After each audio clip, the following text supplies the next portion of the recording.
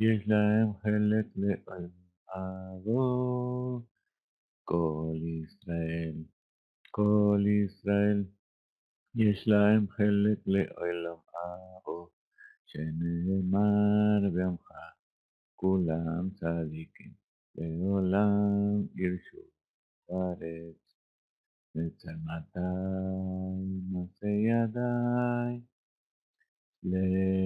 להתפאר,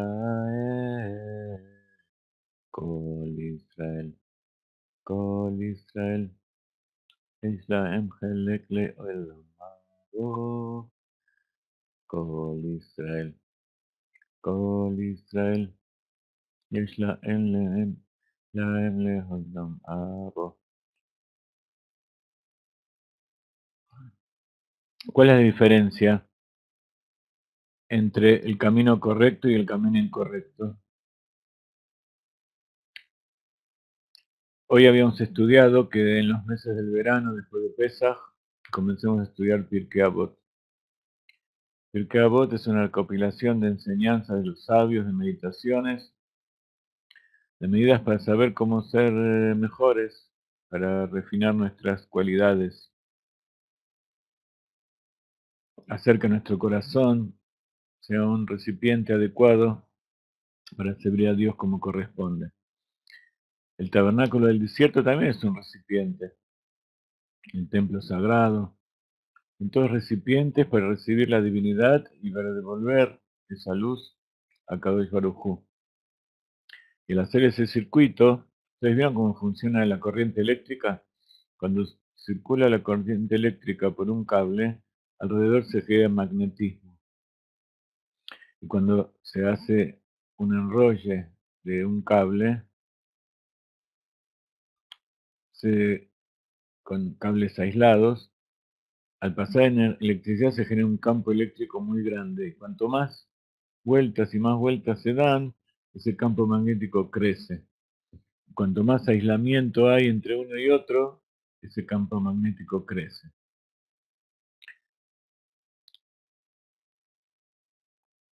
¿Qué es un campo magnético?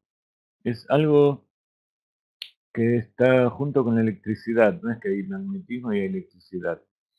La energía se llama electromagnética. Esa misma energía hace que se atraigan cosas y se repelan cosas. Así también es el camino del ser humano. Cuando el ser humano camina, produce un campo de energía a su alrededor y atrae a los que tienen cierta energía y repele a los que tienen otra energía.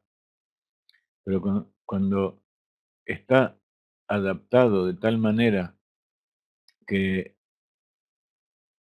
se aísla esa energía dentro suyo, se potencia, pero deja salir hacia afuera el campo magnético, sucede que pueden haber varios cables, puede haber varias personas que tienen la misma energía y que pueden estar juntas y hacen todas juntas un campo magnético mucho más grande.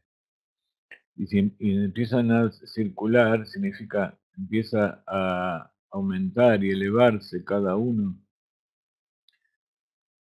volviendo y volviendo a ese lugar y cada vez perfeccionando y profundizando más en el tema. Entonces, ese campo magnético empieza a actuar hacia el exterior y empieza a atraer a otros al mismo camino. Y por supuesto, al moverse produce energía en movimiento. Es el principio del motor eléctrico, de muchas otras cosas. Entonces, ¿cuál es el camino correcto que un hombre, un Adán, debería elegir para sí mismo? Esta es la primera Mishnah del segundo capítulo de Pirkei Avot que leímos ayer. Y dice así. Recuerden que siempre antes de empezar cada capítulo, que leemos el sábado de la tarde, decimos la Mishnah que acabo de decir cantar en hebreo. Todo Israel tiene parte en el mundo por venir, pues fue dicho, y tu pueblo, todos ellos son justos. Ellos heredarán para siempre la tierra, son la rama mi plantaje, la obra de mis manos para enorgullecerse. Y al final leemos, Rabbi Hanania ben Akash Omer, Ratzako es Beruchul Lesajot et Israel, Lefijaj Irva Laem Torah Mitzvot, Shenemar, Adonai Jafet Leman Tzidko y Agdil Torah Biadir. ¿Qué quiere decir? Esto lo pueden encontrar en todos los Sidurim, casi todos después de Shabbat, de la plegaria de Minjá de Shabbat, tienen Pirkei Avot. Significa Rabbi Hanania ben Akashya dijo. Es otra, todas estas Mishnayot, todas estas enseñanzas son dichas por rabinos de la época del Segundo Templo. Rabbi Hanania ben Akashya dijo, el santo bendito sea quiso hacer meritorio al pueblo de Israel. Por eso le dio Torah y mitzvot en medida abundante. Como está dicho, Hashem quiso en aras de su pueblo, perdón, en aras de su justicia, en la justicia de Israel, hacer la Torah grande y gloriosa. Entonces la Torah significa instrucción. Y esa Torah nos instruye cómo debemos elegir el camino a seguir y qué hacer en cada uno de esos momentos y qué no hacer. Y como dice la Mishnah, la Torah es muy grande, significa que hay muchas cosas que nos instruyen. Pero a medida que volvemos, cada año damos otra vuelta y otra vuelta y otra vuelta, esa instrucción va teniendo un significado más profundo y va tomando potencialidad de tal manera que atrae a los demás. Y eso se llama hacer luz para las naciones.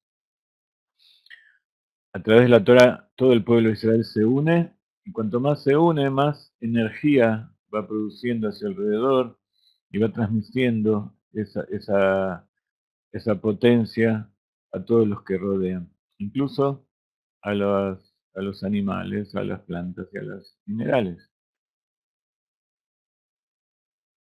Entonces decíamos, la primera Mishnah dice, Rabbi Yehuda Nasi dijo, ¿cuál es el camino recto que un hombre puede elegir para sí? Aquello que es honroso para sí y le traiga aparejado el honor del hombre.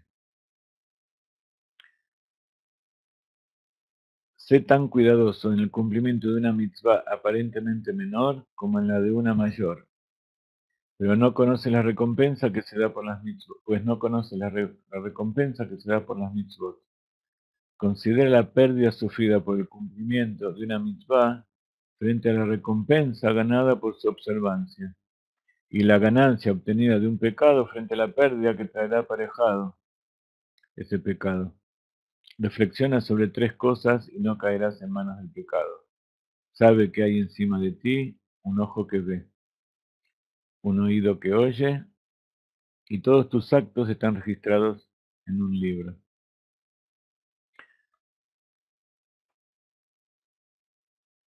Son enseñanzas hermosas, y más que advertencias, son caminos de vida.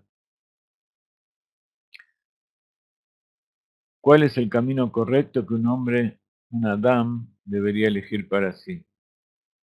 Rabí Yehuda Anasí, cuando habla de esta Mishnah, habla de un Adam. ¿Qué es un Adam? Es una persona que como él mismo ha alcanzado un nivel de realización personal. Y sin embargo, se ve obligado a sufrir los dolores del exilio. Rabbi Yehuda Anasí era una persona sumamente rica, era el presidente del Sanedrín, era reconocido, era muy joven cuando asumió y fue reconocido como la máxima autoridad en la ley en la época en que él estuvo. Y él fue el que decidió, como jefe de Sanedrín, junto con todos los demás, escribir la Torah oral para que eso no se pierda y todas las generaciones puedan seguir sabiendo qué es lo que significa aquellas palabras de la Torah escrita, que a veces son tan crípticas y que en general la mayor parte de la gente las comprende mal. Entonces él él mismo sufrió los dolores del exilio, a pesar de todo el poder y toda la riqueza que él tenía. Y no solamente poder y riqueza física, material, sino sobre todo espiritual.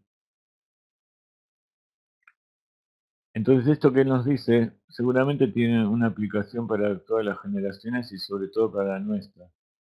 Porque, ¿por qué hacemos tanto hincapié en nuestra generación?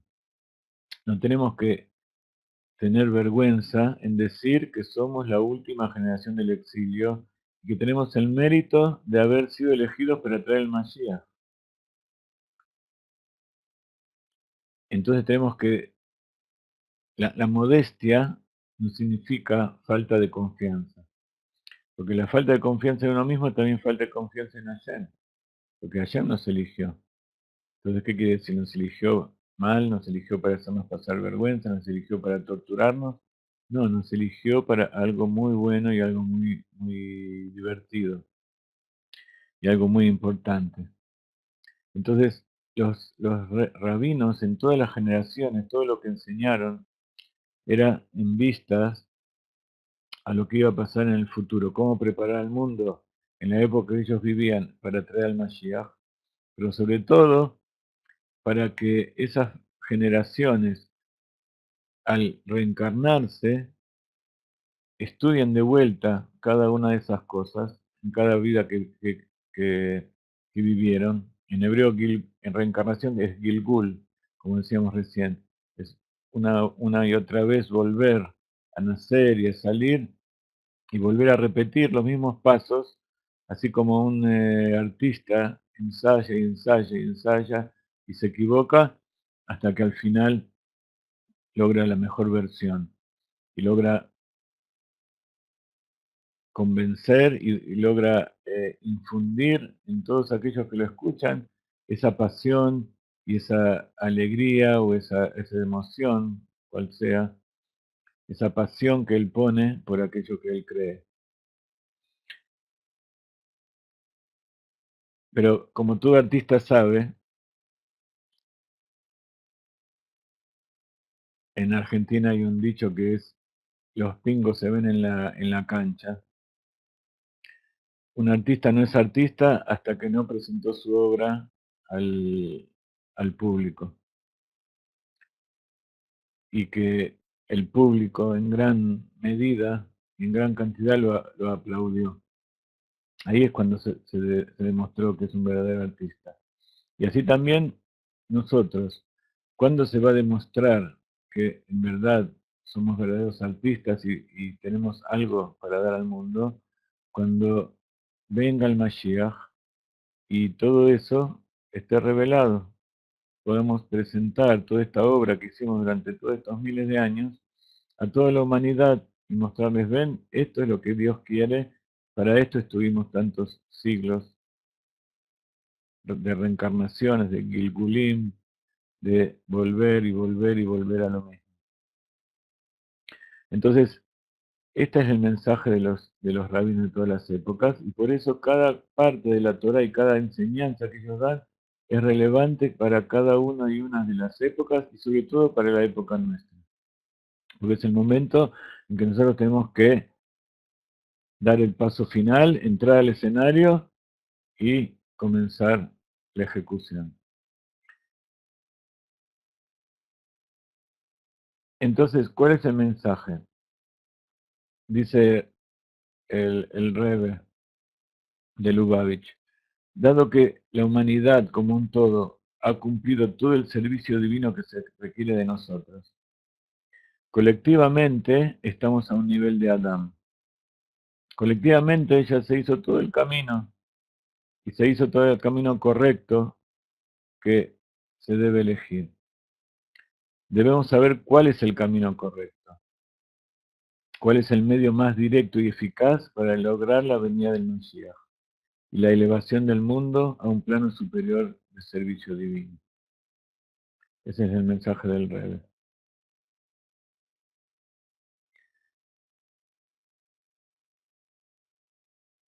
Agrega el Rebbe. Dice, ¿cuál es el camino correcto que un hombre debe elegir para sí mismo? lo que es honorable para él y le trae honor honor del hombre. Así es como continúa la Mishnah. Vamos a escribir acá.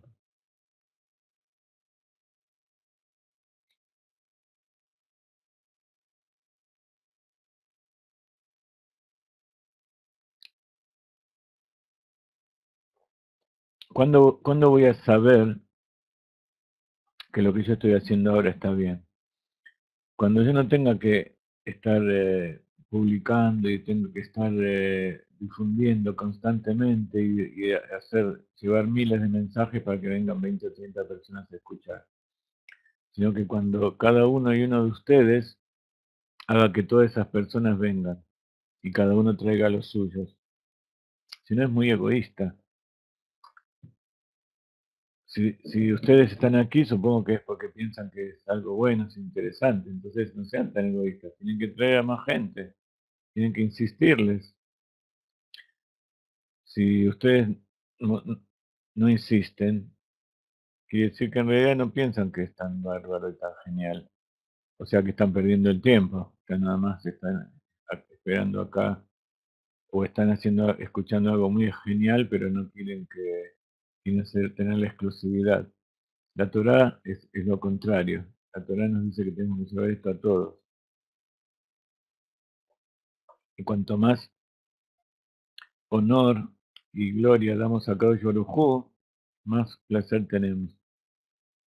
Entonces el Rebbe dice, ¿cuál es el camino correcto que un hombre debe elegir para sí mismo? Lo que es honorable para él y le trae honor del hombre.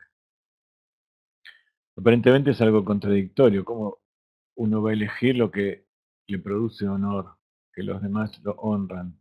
¿Para eso hacemos las cosas? Aunque la acción, el acto es el último, es la última de las tres vestimentas del alma, pensamiento, habla y acción. Y sobre todo la acción es el producto del pensamiento y del habla.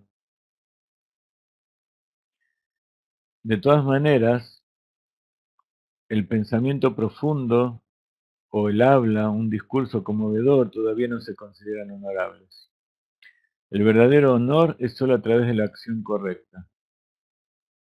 Por eso dice en hebreo, Tiferet Leosea. Literalmente significa que trae honor a quien lo hace.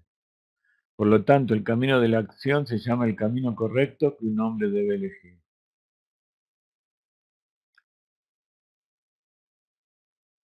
Constantemente nosotros estamos eligiendo y estamos decidiendo qué es lo mejor que podemos hacer.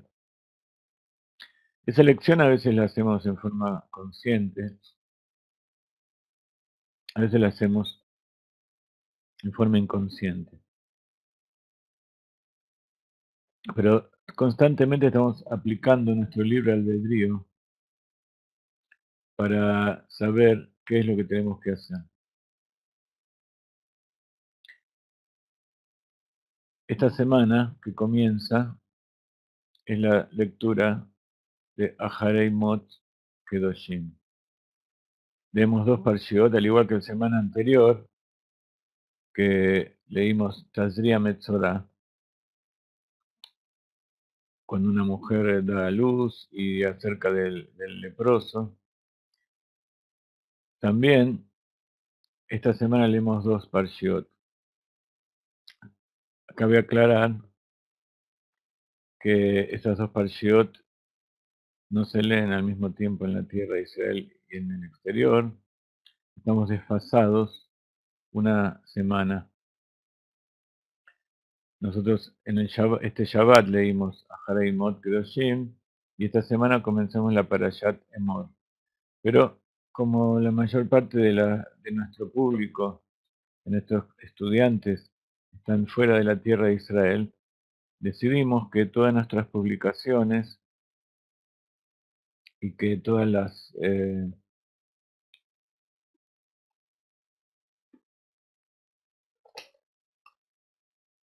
clases estén dedicadas a la Parashat corresponde fuera de la tierra de Israel, o sea, esta, Aharei Mot Kedoshim.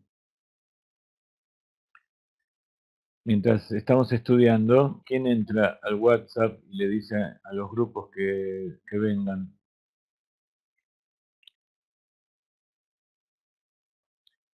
Mientras ustedes les avisan a todos los demás en los grupos que vengan a escuchar la clase, voy a dar... En la perashá de la semana, entonces, habíamos dicho en Levítico capítulo 16, acá comienza la palabra, la perashá Aharei Mot. Ustedes saben que en la perashá Shmini se cuenta como los dos hijos de Aarón, los dos hijos mayores, Nadab y Abiú, hicieron una ofrenda fuera de lugar. Cuando se estaba inaugurando el tabernáculo del desierto, en el octavo día de la preparación, ellos fueron y quisieron hacer algo excepcional, conectarse con Dios en forma personal. Entonces esta Mishnah que estamos estudiando tiene mucho que ver con este asunto, porque ellos decidieron elegir el camino. ¿Era el camino correcto? Vamos a ver lo que dice la Torá. Dios le habló a Moshe justo después de la muerte de los dos hijos de Aarón, que trajeron una ofrenda no autorizada ante Dios y murieron.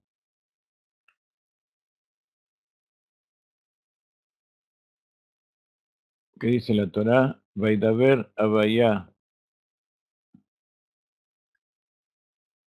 Vamos a ponerlo más grande para que vean los puntitos.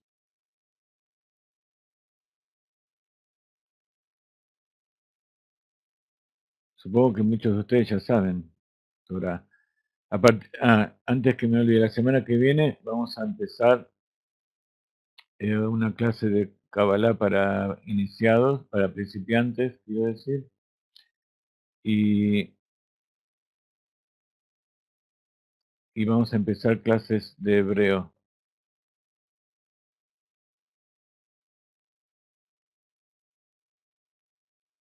Así que prepárense, necesitamos la colaboración de todos ustedes.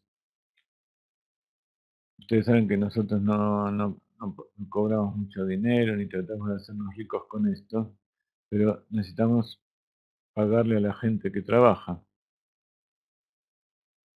y pagar todos los servicios que utilizamos. Entonces necesitamos que ustedes nos ayuden. Va y Daver Abaya, Yudke Babke, este nombre es la única palabra que no podemos pronunciar tal como es. Vaidaber Abaye el Moshe, Aharei, Mot, Shnei, Bnei, Aaron, Vekarbatam, Lifnei, Abaye, Bayamutu. Entonces, y habló Dios a Moshe después de la muerte de los dos hijos de Aarón, cuando se acercaron, cuando trajeron la ofrenda, que era el incienso, ante Abaya y murieron.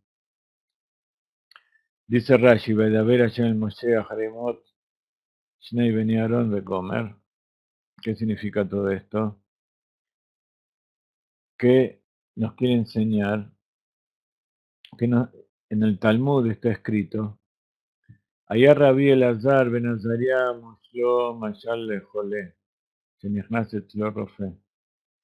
Rabí Elazar Ben Azaria trajo una parábola para entender qué significa esto que le pasó a los dos muchachos.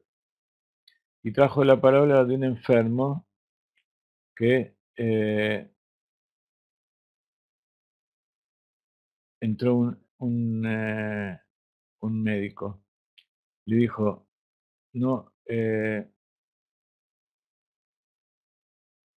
no comas cosas, eh, no comas cosas picantes y tampoco te acuestes eh,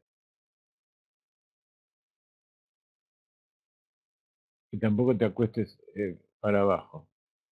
Entonces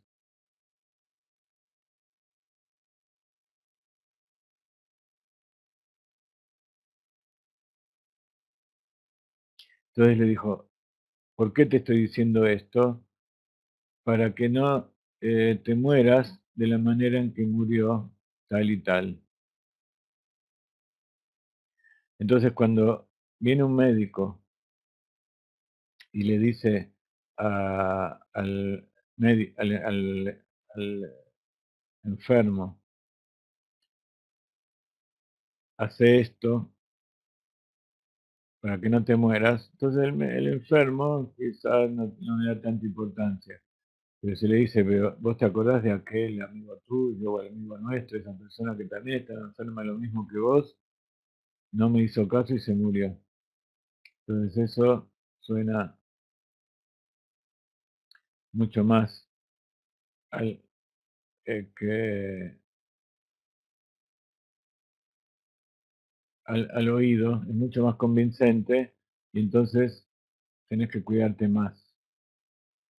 Y así también, por eso está dicho, por eso vuelve a contar todo este asunto, para que la gente no cometa el pecado que cometieron ellos.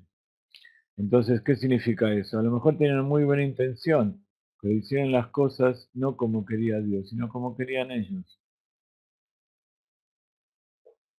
Hoy en día hay mucha gente que trata de cumplir la Torá de acuerdo a su manera, de acuerdo a lo que entiende, de acuerdo a lo que leen en el internet o en los libros, sin contar a aquellos que directamente quieren hacerlo a su manera y saben que están haciendo mal, pero ellos deciden que quieren hacerlo diferente,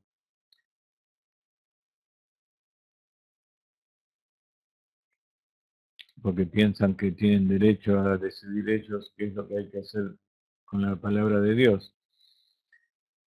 Entonces viene la Torá y nos dice, ven lo que le pasó a estos muchachos, hicieron algo que no estaba autorizado, les va a pasar lo mismo a ustedes. Y ellos eran tzadikim,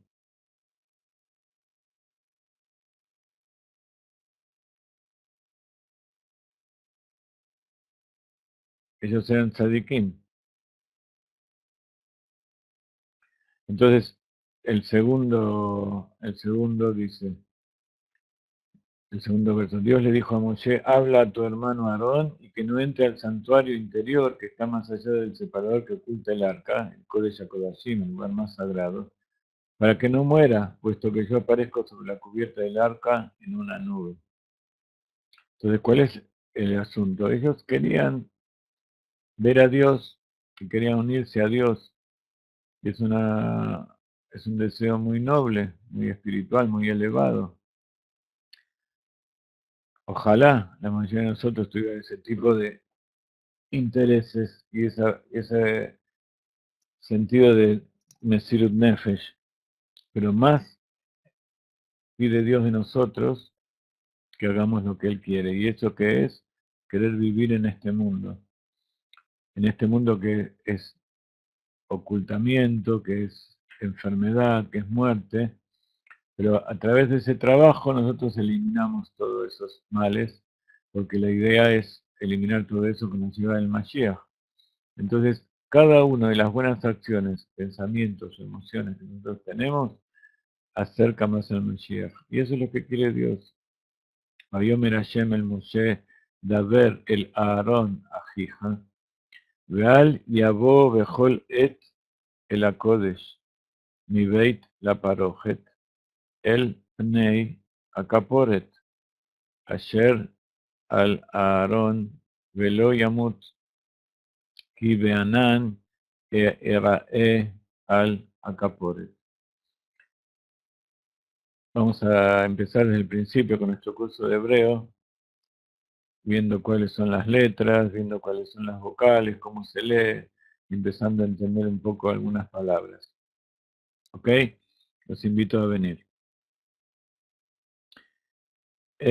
Más adelante, en la Perashá, habla de un tema muy controversial,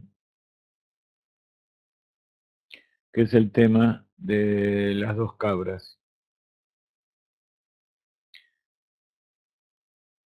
Acabamos de leer el verso 1 y 2, y ustedes saben que todo el libro de Levítico se llama Torat Kohanim. Es la instrucción donde se refiere específicamente a las tareas del santuario y sobre todo lo que tienen que hacer los Kohanim, que son los que manejan todo ese asunto, ayudados por los levitas.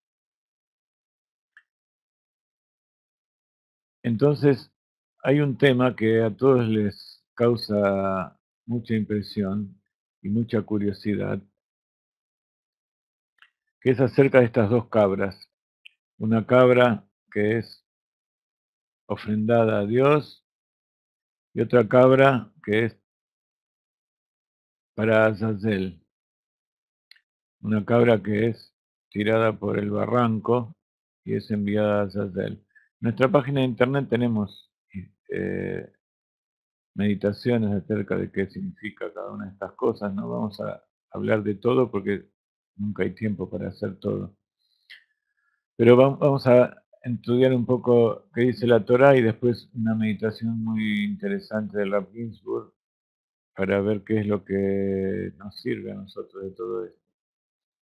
Dice la Torá, bueno, entre el primero y el segundo capítulo y el verso y esto dice: cuando Aarón esté en este santuario interior, debe ser con un toro joven para ofrenda por el pecado y un carnero para ofrenda quemada.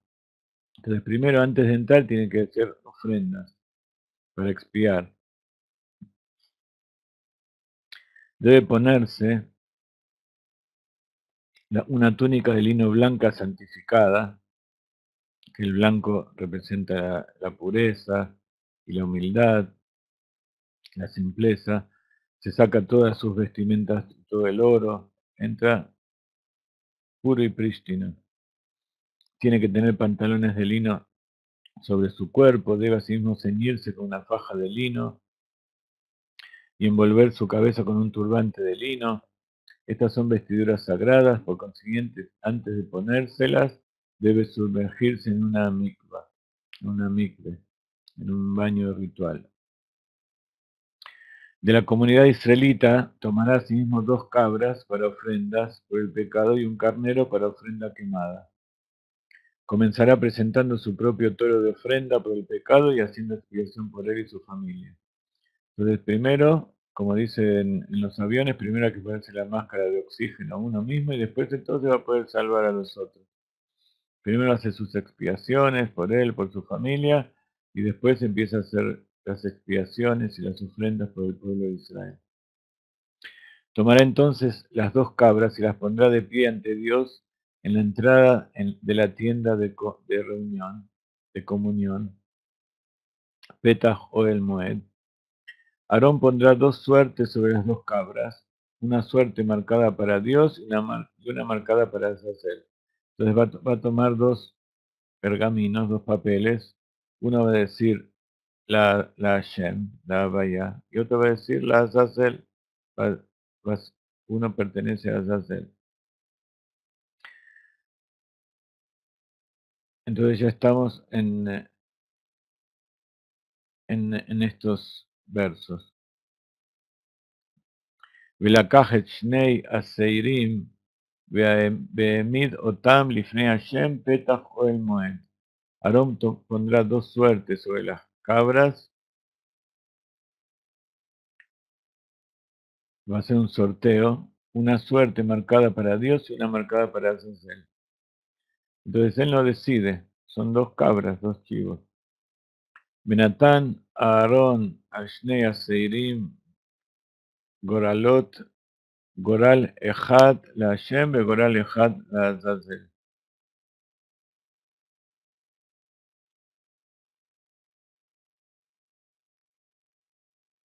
Vamos a poner grande el texto también.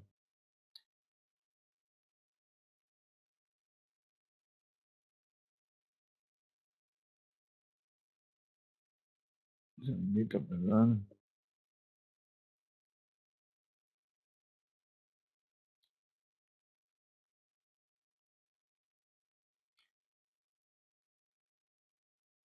Entonces,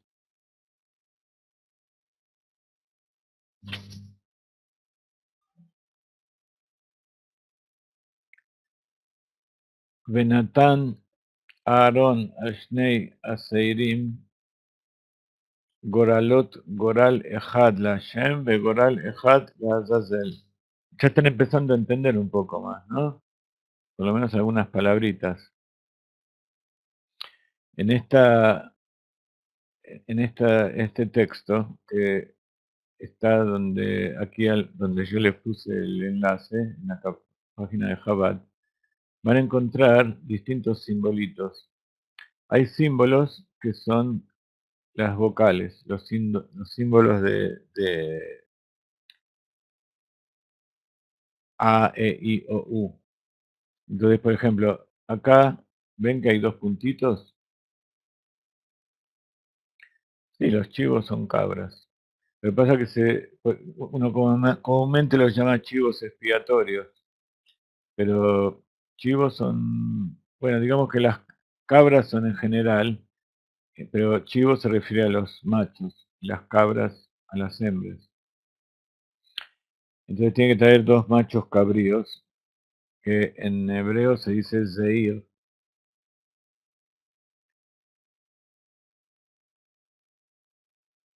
El acá Shnea Seirim, ven acá que dice Seirim, está en plural. En singular es Seir, Sin, Ain, Yud, Rei.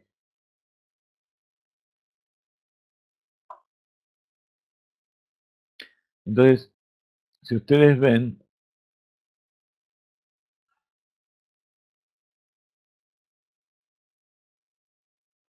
hay algunos signos que son vocales.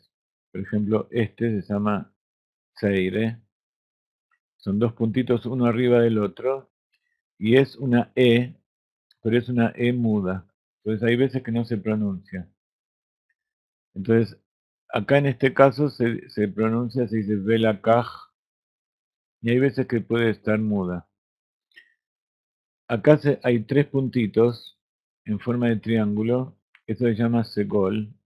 Y ese también es una E, y esa E siempre se pronuncia. Y después, eh, acá hay otras formas de... Acá tienen otros dos puntitos, pero es uno al lado del otro. Ese también es una E. Y ese también siempre se pronuncia la E. Y cuando uno lo dice en Ashkenazi, se dice EI. ¿Ok? Entonces, Velakajet Shnei Seirim, Ve'emid Otam Lifnei Hashem, Petach Oel Moed. Si se fijan bien, van a ver otros simbolitos también. Por ejemplo, esta curvita, este cuarto de círculo, o este angulito, o esta Y al revés. Son todos simbolitos que son las cantinelas. Son la forma en que se lee la Torá.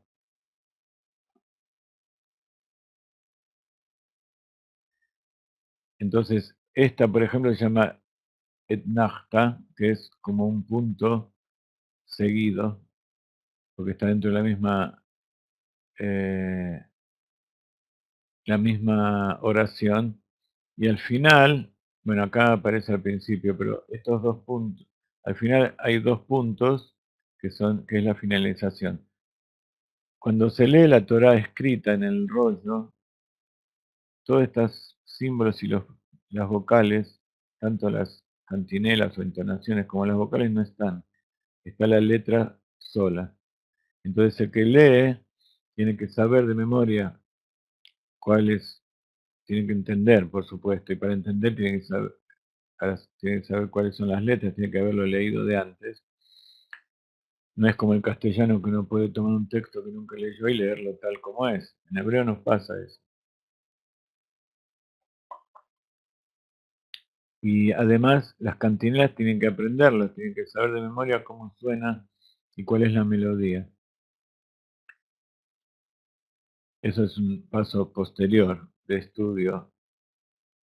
Pero para estudiar Torah no hace falta saber la cantinela, ¿ok? Es muy, muy interesante. Entonces Aarón presentará la cabra que tenga la suerte para Dios, de modo que sea posteriormente preparada como ofrenda por el pecado. Entonces esta cabra que tuvo la suerte de ser elegida como ofrenda para Dios, ella va a ser sacrificada para expiar el pecado.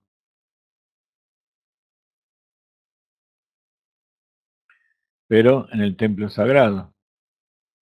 O sea que tuvo mucho más suerte que la pobre otra cabrita. Veikriv Aaron et a Sair asher ala alav agoral lashem veasau hatat. Y por último dice, la cabra que tenga la suerte para Azazel permanecerá viva ante Dios, de modo que Aarón posteriormente pueda hacer expiación sobre ella y enviarla a Azazel en el desierto. Beasair ayer alá alab goral la Azazel, Yamid Hai Lifnei Abaya, Lejaper Alab Lishloach Oto la Azazel. Entonces acá Rashi explica Azazel Amidbar, al desierto. Yamad Hai. ¿Qué quiere decir Yamad Hai?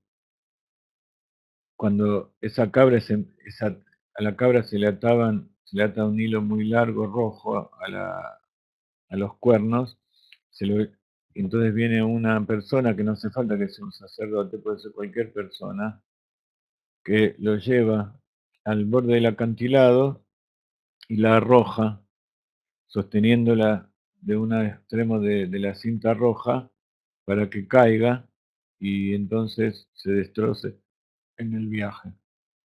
Dice la alajá que si cuando cae no se muere, entonces esa ofrenda no sirvió, hay que hacerlo de nuevo. Dice, como Yamat Hay al Yedei Ajerim, Petargumó, Itkam Kat Hay. Entonces, Rashi se ve obligado a aclarar de que esto que yo les acabo de explicar, que no sirve enviarla, matarla y después tirarla, sino que tiene que ser lanzada viva. Ma Talmud Lomar Hai, en el Talmud, en la Gemara, ¿qué significa que la envió viva? De Fishenemar Lishloach Oto la Azazel, porque hay que enviarla a Azazel. Venedea Shilujo in Lemitad o la Jaim. Entonces, el que la envía no sabe si esa cabra va a vivir o va a morir. Entonces, por eso hay que mandarla viva. Lekaj, Nemar y Amat Hai. Por eso está dicho que tiene que estar parada viva. Amidato Hai ad Sheishtaleach. Entonces va a quedar entera, va a quedar viva hasta que sea arrojada. Mikan Sheshilujó la mitad. Entonces, acá se entiende que es enviada para morir. Lejapera la. ¿Qué quiere decir? Que va a ser una expiación sobre ella, sobre la cabra. Sheitoda la, que quiere decir que él va a poner sus manos sobre esa cabra y va a hacer un bidui. Va a ser una. eh,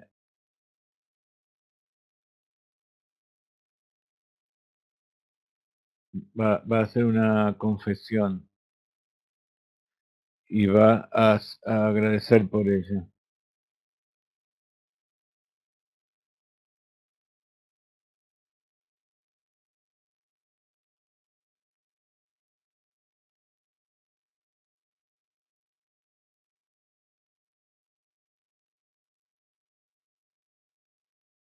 Muy bien.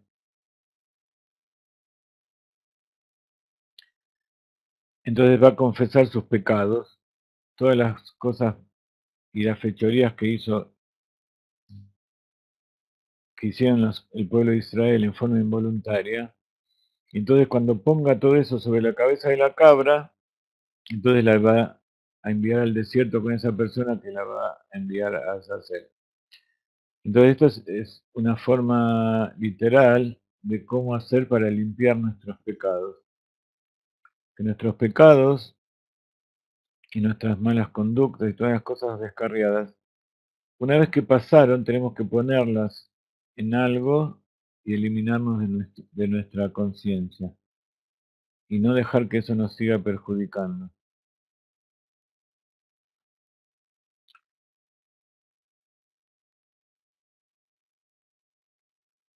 Hoy en día,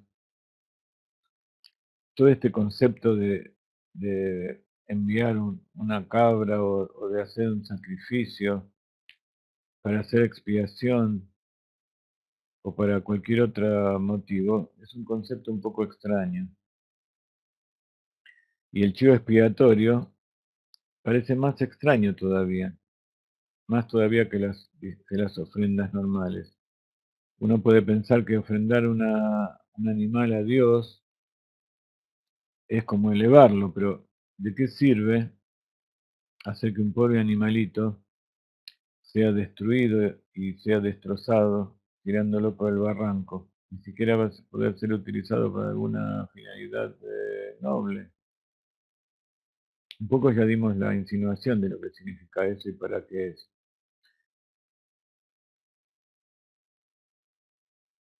Y como ustedes ven, esto no es algo que se hace constantemente, es algo excepcional dentro de los servicios del templo. Es nada más que una vez por año.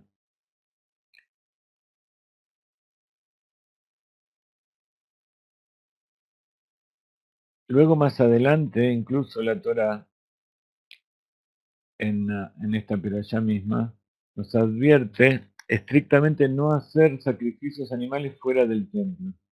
Todos los sacrificios tienen que ser ofrecidos en el altar delante de Dios. Por eso también dice Oyamidu, el Hashem, lo va a poner enfrente de Dios. Pero ¿qué pasa? El chivo expiatorio es desterrado y es enviado fuera del templo, al desierto, y encima sin ninguna de las ceremonias de sacrificio normales. A diferencia de otros sacrificios, desterrar al chivo expiatorio no tiene que ser realizado por un Cohen, y está permitido incluso que lo haga un judío común. El Rav Ginsburg nos está explicando una enseñanza muy profunda de psicología y de Hasidut para entender qué es esto en nuestras generaciones y dentro de nosotros. El Talmud de Jerusalén afirma que la cabra no siempre moría, sino que a veces escapaba al desierto. Y Rabbi Abraham ibn Ezra dice claramente, la cabra que está desterrada, esta cabra que se envía, no es un sacrificio. No se envía como un sacrificio, como una ofrenda, al igual que todas las demás que se hacían en el altar. Entonces, si no es un sacrificio, ¿para qué es? Acuérdense, sacrificio no quiere decir matar, sino que significa santificar, hacer que algo sea sagrado, separar eso para Dios. En este caso, los sacrificios animales había que degollarlos y ofrendar el animal en el altar. Pero en general, sacrificio incluso a los animales que se ofrendaban en el altar, era hacer que eso se transforme en algo sagrado, que sea algo separado, una ofrenda especial para Dios. Pero más extraño todavía es que la expiación que se produce en Yom Kippur depende de esto, de enviar este chivo al desierto. Y como siempre hay toda una serie de actos rituales que los sabios establecieron de acuerdo en la Torá, que nos enseñaron cómo hacer, que los que no son judíos cuestionan mucho. Y podríamos agregar que en nuestra época los judíos mismos lo cuestionan más que los no judíos. En nuestra época cambió bastante todo. Entonces, durante toda la generación los judíos estaban orgullosos de todo lo que ordena la Torá y los no judíos los criticaban, sobre todo por este tipo de acciones. Hoy en nuestros días hay millones de no judíos que quieren ser judíos y quieren hacer esto. Y, y no sé por qué hay tantos judíos que lo rechazan. También son señales de la época de la redención. Y este tema del chivo expiatorio es, por supuesto, uno de los más controversiales. ¿Por qué? Porque está la contradicción de que parecería como que fue un acto de idolatría, que es también algo prohibido en la Torá y que aparece justamente más adelante en la parashá. En Levítico 17:7 dice, no ofrecerán más sus sacrificios a los sátiros, o sea, a los demonios, tras los cuales se corrompen. ¿De dónde viene la palabra sátiro, que tantos utilizan y no saben qué significa? Sátiro viene de la palabra seir, justamente. Y seir, que en la Torá se refiere a este tipo de demonios o de fuerzas extrañas, que se escribe igual que chivo o que cabra. Por eso en algunas culturas idólatras, en el cristianismo se pone al diablo o a Satán o qué sé yo con forma de cabra. Pero de todas maneras es evidente que todas esas son imaginaciones y no tienen nada que ver con la realidad. Pero de todas maneras, literalmente que está escrito que Dios nos ordenó sacrificar una cabra a un demonio imaginario llamado Azazel. En nuestra página está explicado qué significa todo eso, pero en general ni los judíos mismos cuando dicen Azazel no saben bien a qué se refieren. A veces se usa como insulto, dice, cuando quieren maldecir a alguien, dice que se vaya a Azazel. Es como que se vaya, no solamente que se muera, sino que aparte que sea atrapado por los demonios más terribles. Entonces, ¿cuál es el secreto de este chivo, de este seir? Ibn Ezra dejó algunas pistas crípticas sobre la naturaleza de este chivo expiatorio. Y Nachmanides pudo entender a través de la forma que se interpreta la Torá, qué es lo que quiso decir Ibn Ezra. Él explica que esta cabra es un regalo de Dios para el ministro que gobierna los lugares de destrucción. Ustedes saben que para todo lo que exista en el mundo tiene que haber un intermediario que Dios envía. Que generalmente son llamados ángeles y los ángeles que que están manejando a los ángeles inferiores, que se refiere a los ángeles del mundo de Briá, que son los, los jefes que manejan a los ángeles del mundo de Yetzirah,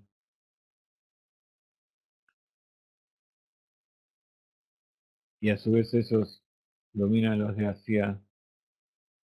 Entonces, aquellos superiores se llaman los ministros, los ángeles que gobiernan.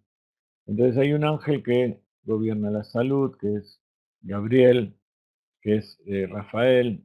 Hay un ángel que maneja la bondad, el amor, las cosas buenas, que es Mijael. Hay otro ángel que gobierna el rigor y las cosas estrictas, como es el que maneja la muerte y la guerra y la destrucción, que es Gabriel. Son todos ángeles que son compañeros entre ellos, están en el mismo ejército, pero cada uno Dios le dio diferente tarea. Y entonces este ministro que gobierna los lugares de destrucción es un enviado especial de Geburah, del Gabriel. Generalmente se llama el Satán o se lo llama el ángel de la muerte, Malahamabet, y representa todos esos poderes del mal que hacen que las personas sufran y que hagan cosas que no corresponden. ¿Ustedes se acuerdan cuando hablamos de Abraham Avinu, que él durante muchos años su esposa no podía tener hijos? Y además ellos iban por las tierras de Israel y de fuera de la tierra de Israel, y la Torah dice, todos los que hicieron Abraham y Sarah iban por todos lados haciendo que la gente reconozca que existe el único Dios. Por supuesto no eran judíos esas personas, sino que le estaban diciendo a todos los pueblos del mundo que reconozcan al Dios único, a Abraham y Sarah, los primeros judíos, los primeros hebreos. Entonces todas las personas que hicieron allá se refiere a las personas que ellos quisieron volver como a nacer, que reconozcan que existe Dios. Pero hay otra interpretación y es que ellos hicieron ángeles. Por eso cuando uno hace una buena acción, se generan ángeles buenos. Cuando uno hace una mala acción, se generan ángeles malos. O sea, no es que son malos, sino que son acusadores. La mala acción que uno hace, ese ángel va arriba y cuenta lo que pasó, así como el otro cuenta lo bueno que uno hizo. Entonces ellos van, cada uno, siendo testigos fieles, sin ninguna intención, porque Dios los mandó para hacer esa tarea. Entonces, estos poderes del mal también son creados por las malas acciones del judío. Está dicho que todo el Sitra Ahara, toda la maldad y la oscuridad, proviene justamente de la mala utilización de los poderes que Dios nos dio. Y eso, ¿cómo empezó? Con Adán. Adán también. Dios le mandó la serpiente, que era este ángel, este poder de querer engañar, de confundir, de incitar. Y si Adán no le hubiera hecho caso, incluso si no le hubiera hecho caso a su esposa y él le hubiera explicado a la esposa cómo era la cosa, porque Dios le habló directamente, entonces la serpiente no hubiera tenido ninguna acción, ninguna influencia. Y más todavía, la misma serpiente no hubiera sido castigada si todos hubieran sido felices y comido perdices, porque las perdices después iban a hacer callar. De todas maneras, todos los pecados vienen por la mala utilización del mundo que Dios le dio al hombre. Pero, nuevamente, no hay que echarle la culpa al hombre, porque Dios, para que suceda eso, hizo que el Adán pierda un poco de su conocimiento, de su conciencia divina. Por eso está dicho que todo aquel que peca es porque perdió su conocimiento, o sea, le falta conocimiento, pierde la conciencia. Porque si tuviera conciencia de lo que está haciendo, no lo haría. Haría solo cosas buenas. Entonces, así se crean las fuerzas del mal, haciendo que los ángeles tengan que atestiguar las cosas malas que uno hace.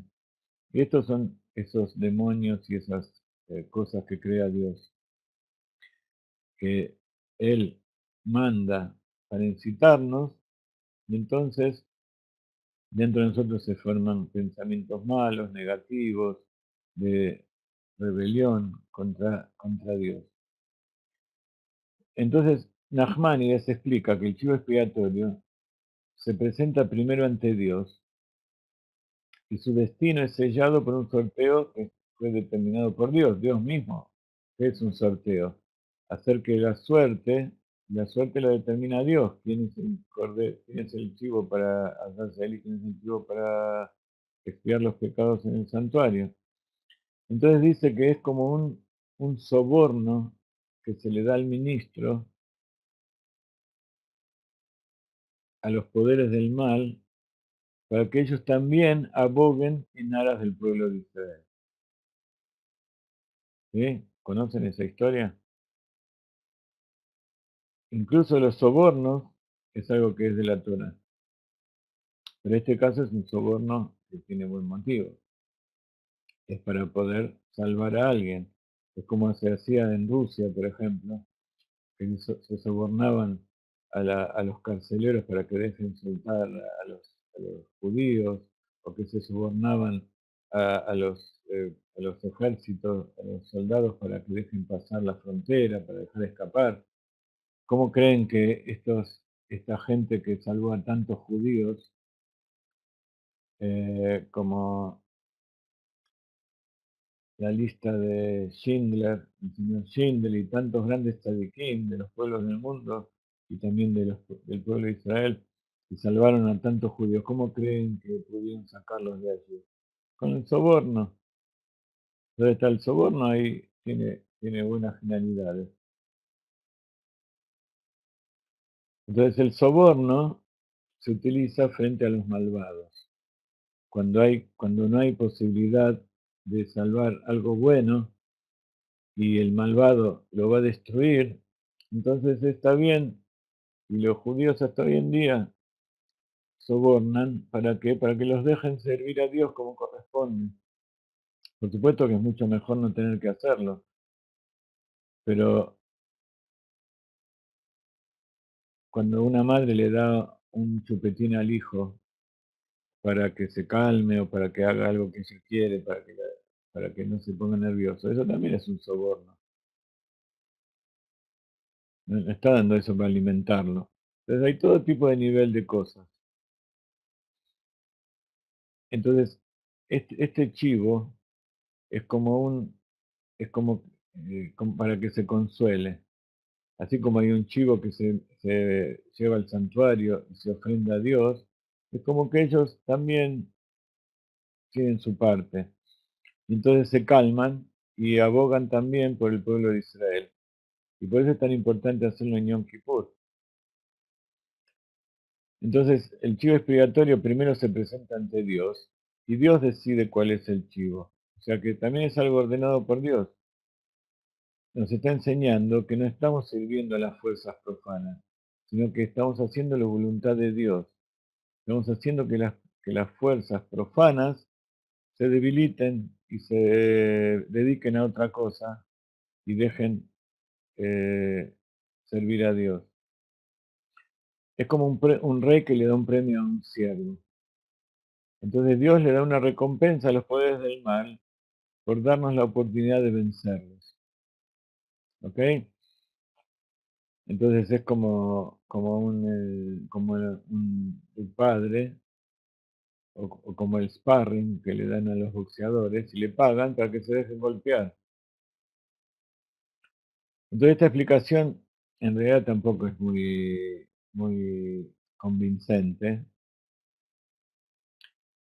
para aquellos que intentan comprender la Torá de una perspectiva racional y desean salir de todo lo que sea Kabbalah y los secretos de la Torá.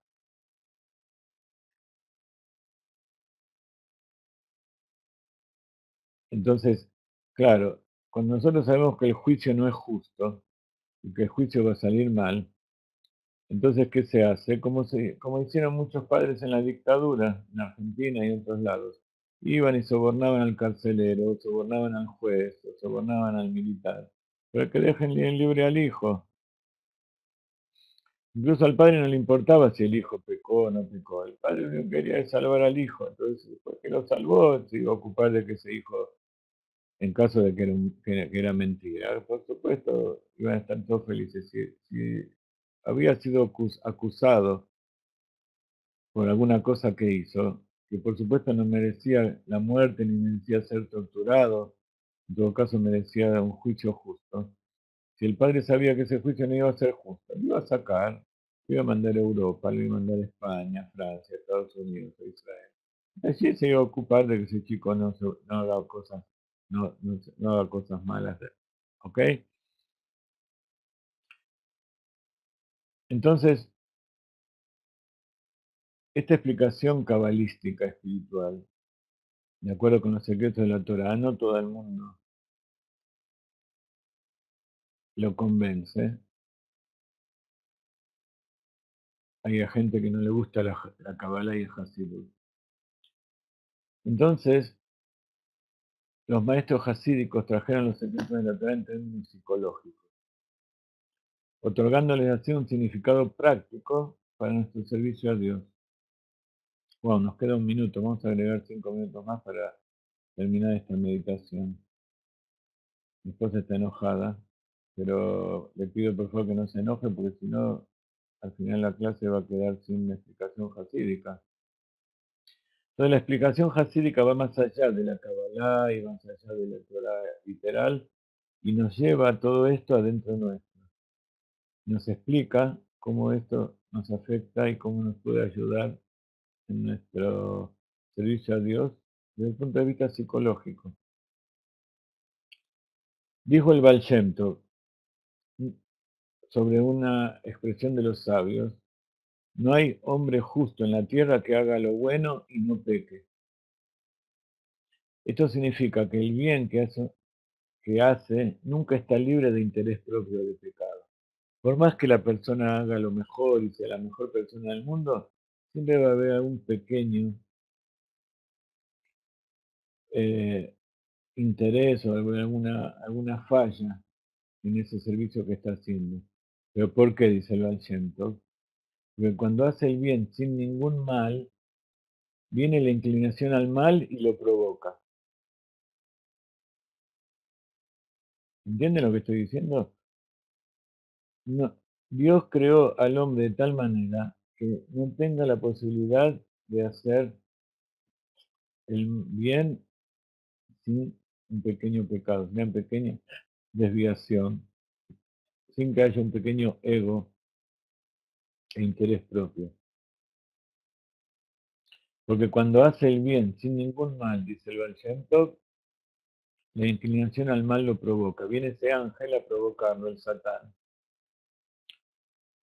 Pero cuando el Satán ve que esa persona tiene un pequeño de mal, un poco de mal, tiene un interés mal o un interés egoísta en esa acción que va a hacer, entonces él lo abandona. Le dice, él ya no hace falta que yo lo incite porque él ya de por sí tiene cierta inclinación al mal. Entonces, no existe ninguna persona perfecta que no tenga una inclinación al mal dentro suyo. Ignorar y negar el mal que está dentro de nosotros, tarde o temprano lo va a llevar a mostrar la gran fuerza que tiene ese mal y nos va a provocar. No sirve de nada reprimirlo y engañarnos pensando que somos perfectos y que todo lo que hacemos está bien. Lo que tenemos que reconocer es el mal que hay dentro nuestro.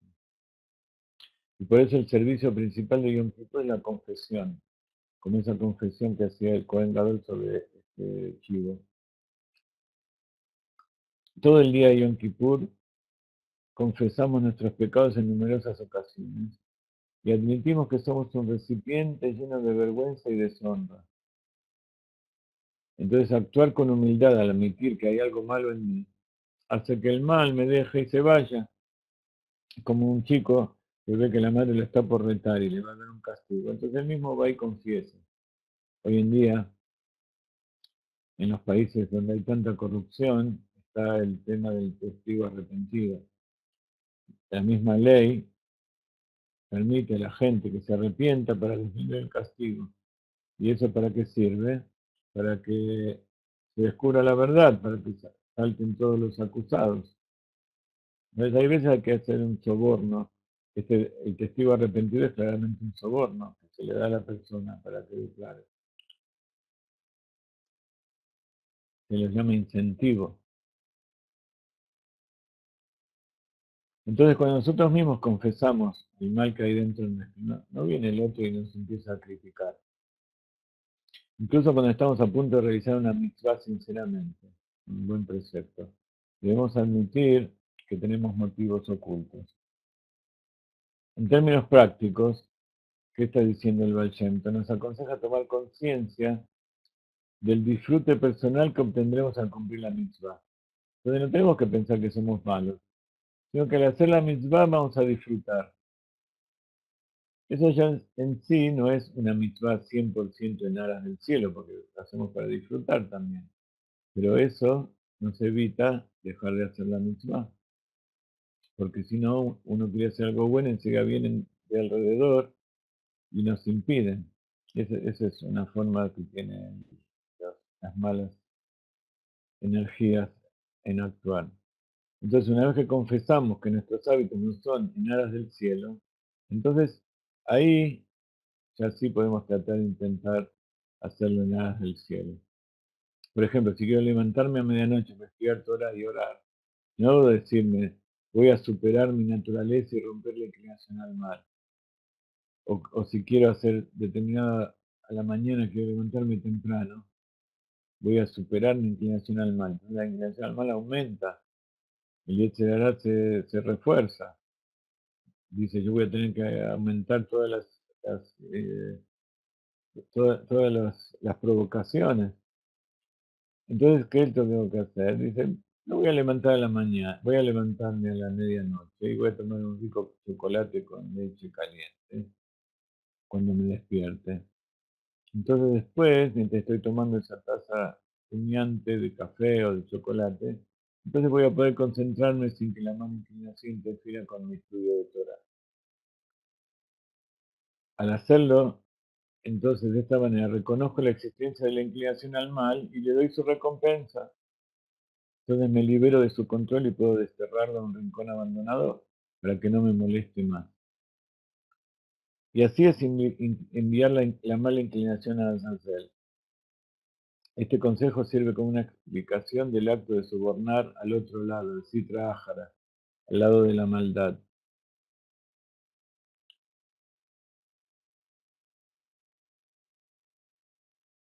En Yom Kippur, los poderes del mal, o sea, ese ministro que gobierna sobre lugares de destrucción, mora ¿dónde? Mora dentro de nosotros.